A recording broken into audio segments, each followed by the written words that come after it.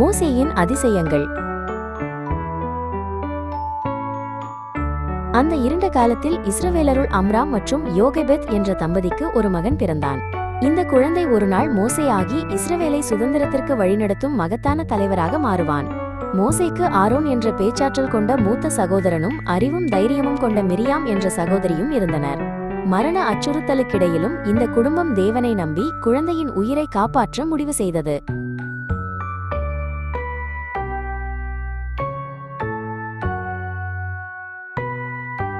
மூன்று மாதங்கள் குழந்தையை மறைத்து வைத்த பிறகு யோகெபெத் இனி மறைக்க முடியவில்லை.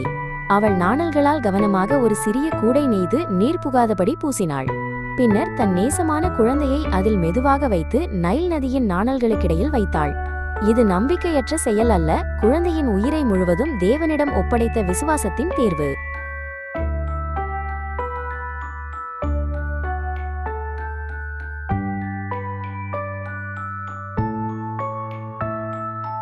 தூரத்திலிருந்து மிரியாம் அமைதியாக கவனித்து கூடை எங்கு செல்கிறது என்பதை பின்தொடர்ந்தாள். அந்த நேரத்தில் எகிப்தின் அரசகுமாரி தன் பணியாளர்களுடன் நதிக்கரைக்கு குளிக்கவும் ஓய்வெடுக்கவும் வந்தாள். நாணல்களுக்கிடையிலிருந்து கேட்ட குழந்தையின் மென்மையான அழுகை அரசகுமாரியை நிறுத்தியது. ஒரு முழு மக்களின் விதியை மாற்றப்போகும் தருணம் அமைதியாக அருகில் வந்து கொண்டிருந்தது.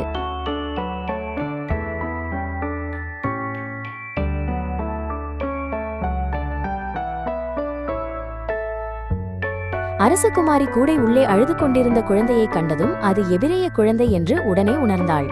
ஆனாலும் அவளின் இதயத்தில் முதலில் எழுந்தது இரக்கம்.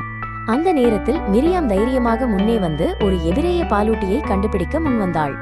ஆச்சரியமாக அந்த பாலூட்டி குழந்தையின் சொந்த தாய் யோகெபெத்தே.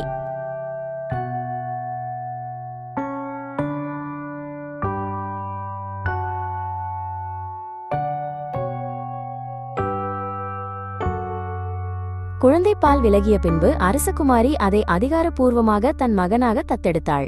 அவள் அவனுக்கு மோசே என்று பெயரிட்டாள். அதற்கு நீரிலிருந்து எடுக்கப்பட்டவன் என்று அர்த்தம்.